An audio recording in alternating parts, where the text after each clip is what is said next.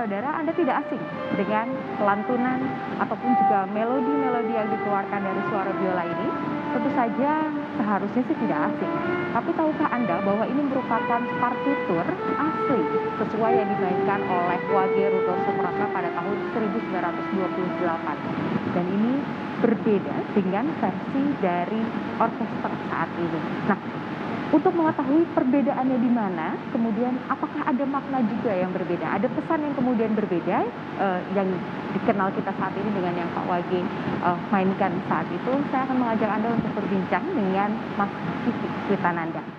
Sebetulnya perbedaannya ada di mana sih Mas Kiki, partitur asli dengan Indonesia Raya versi sekarang? Sebenarnya versi awal yang saya dapat pedoman kita pada majalah Sinpo ya, di mana pada saat itu sudah memberikan notasi berupa notasi not balok.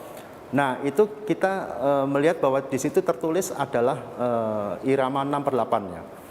Nah, irama 6/8 itu memang terus kemudian beliau menuliskan jangan terlalu cepat. Nah, itu perbedaannya kalau 6/8 kan iramanya seperti tari ya, waltz ya kalau dalam musik barat. Nah, itu memang nuansanya mungkin jadi seperti tidak bisa seperti tegas ya. Jadi dia hanya pam param param param param. Nah, mungkin saya menangkap suasana kebatinan W.R. Supratman waktu itu barangkali ada romantisme rasa cinta dia untuk tanah air berbuat banyak. Jadi dia mungkin beliau tidak memikirkan tuh, wah ini seperti baris berbaris. Nah, itu mungkin perbedaannya hanya di situ, hanya lebih ke rasa ya.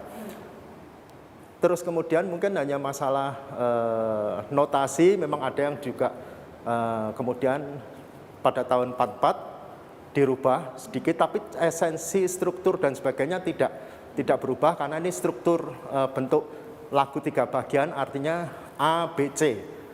Jadi di situ sama sekali panitia tidak merubah banyak, hanya ada beberapa mungkin seperti semuanya, dulunya semua, kemudian dirubah hanya ditambah 1 nada do, jadi semuanya, kemudian lain-lainnya 6/8, kemudian dirubah menjadi 4/4, seperti yang kita kenal sekarang ini.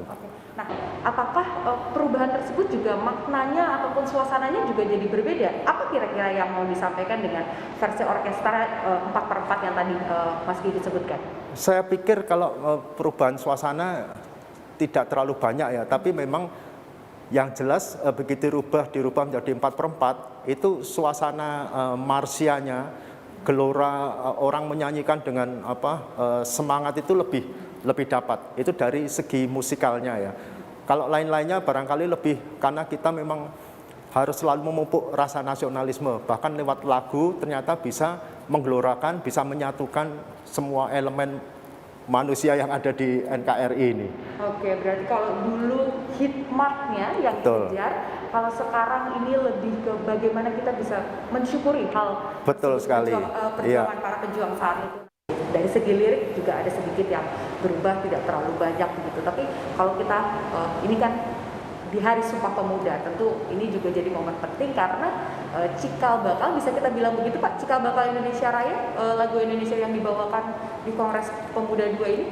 Sebenarnya dulunya kan kita mengatakan itu judulnya masih Indonesia ya. Betul, karena Indonesia situasi Raya yang terjadi saat itu.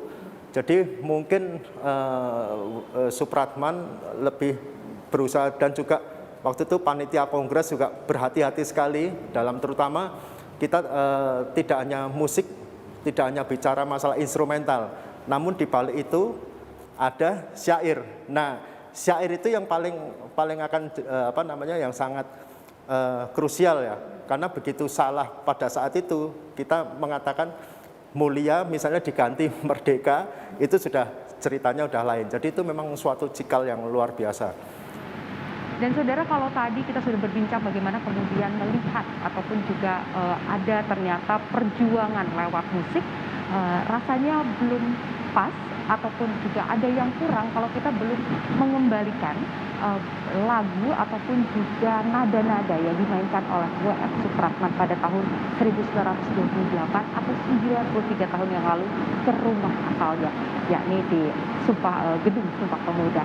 Dan saatnya kita mendengarkan bagaimana lantunan-lantunan tersebut dimainkan, diwakilkan oleh Mas Kiki Kitaran.